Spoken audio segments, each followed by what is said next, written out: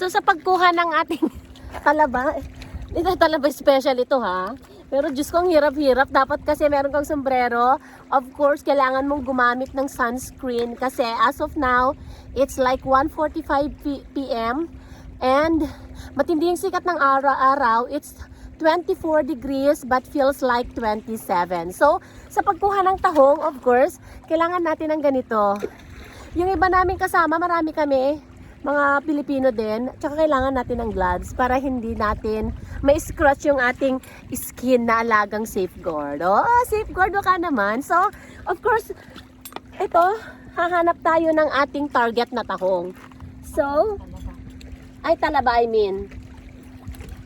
Pero mag-crabbing din kami later, but I just don't know kailan. Kasi, ang crabbing pala nila dito, guys, iangat mo lang daw yung mga bato and the crabs andun na sila. You don't have to take an extra effort na kailangan mo yung mga pakulong-kulong, mga ganon. Hindi na kailangan. Marami dito daw pumupunta na ibang nationalities din. And according sa chismis, may mga may-ari pa ng mga restaurant yung mga pumupunta rito para kumuha ng kanilang mga paninda. And take note, standard.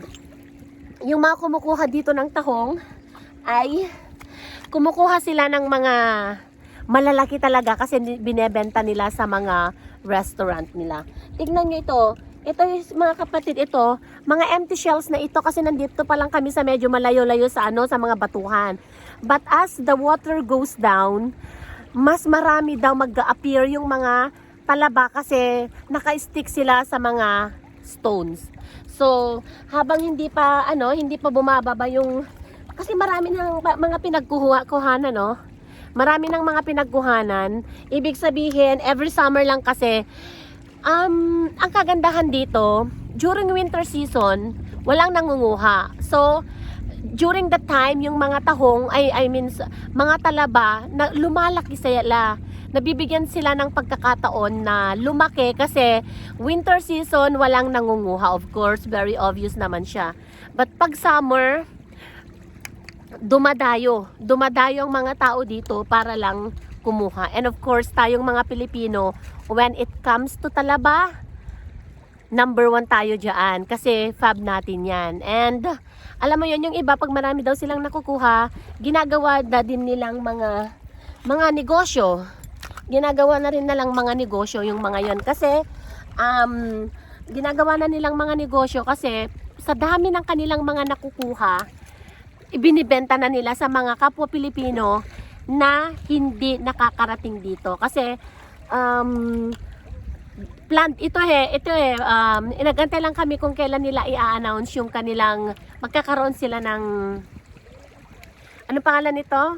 Ng low tide. Kasi it's not everyday low tide may low tide. So, na-check nila na today is magkakaroon ng super duper low yung level ng water. So we decided to book na makapunta kami ngayon dito. So super enjoy kasi maraming Pilipino yung mga nakakasama namin. And of course, meron silang tinatawag mga kapatid na nasakit din pa ako. Meron silang tinatawag na water shoes. And according sa mga nakasama namin, ang water shoes daw nila,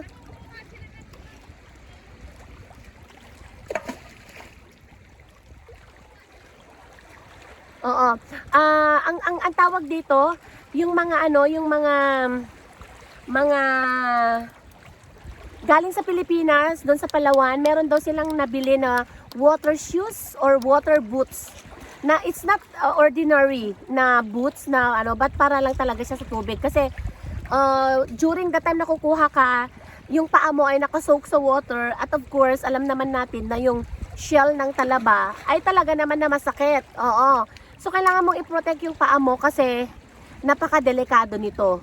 Kasi of course magkakaroon kayo ng injury, hiwa, mga gasgas kasi very very sensitive din ang mga very sharp yung mga shells ng talaba. So, as of now, nag-wait kami. Pero habang nag-wait, nag-start na kami kasi mayroon nang nag-appear na nga parts nito na pwede nang mag-start na kumuha. So, yun yung mga dapat na kailangang i-consider. Pero dito, tignan nyo, medyo empty pa, pero behind it, At the other side niya, meron, nagkakalaman-laman na siya. So, winter season wala sila. Nagkakaroon ng chance na lumaki yung mga talaba. At yun, marami-rami talaga. Kasi, imagine mo, ibinibenta pa ng mga ibang kababayan natin o kumbaga pinagkakakitaan natin. Dito matagal lumubog ang araw, so it feels like until 10 PM nandito kami, pero napakaliwanag pa ng 10 PM nila kasi nag-iiba na yung oras namin dito. So again, nandito kami sa Netherlands ulit, and lahat ng mga tao sa iba't ibang panig, because it's summer, dito mo sila makikita. Pero dito sa aming area, hindi talaga siya crowded.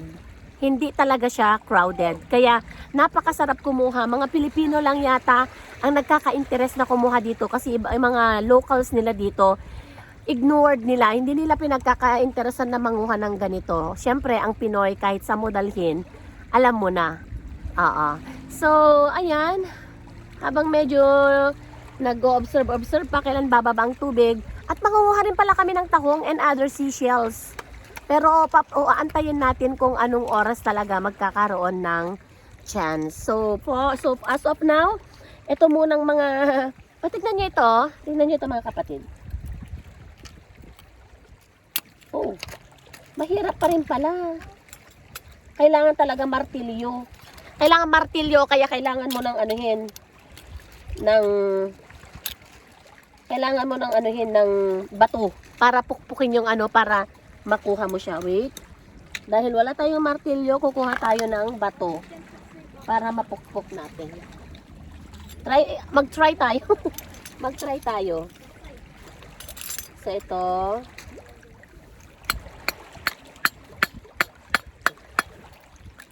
Uy, ang laki. Uy, ang laki oh. Look at that. Ay, hindi nyo makita mga kapatid. Look at oh. Tignan nyo po yung ano. Ito siya oh. Ayan siya yung aking nahukay lang ngayon. Tignan nyo siya. 'Di ba? Oh, pwede na itong kunin. Oh, 'di ba? Ang lalaki oh. Imagine mo. Ang lalaki. Oh, actually pwede na ito siyang kunin. Pwede na to siyang kainin kaagad-agad. Oh, look at that oh. Ito yung nakuha ko. Ayan. Pwede na talaga siyang ulamin. Ayan ang talaki oh, ang tataba. Isang ano lang to ha, kaya maintain talaga ito, napakaganda.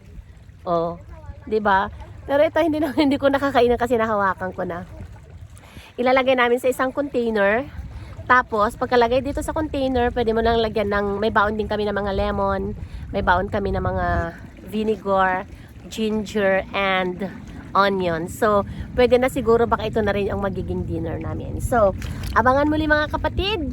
Abangan pa, marami pa ito.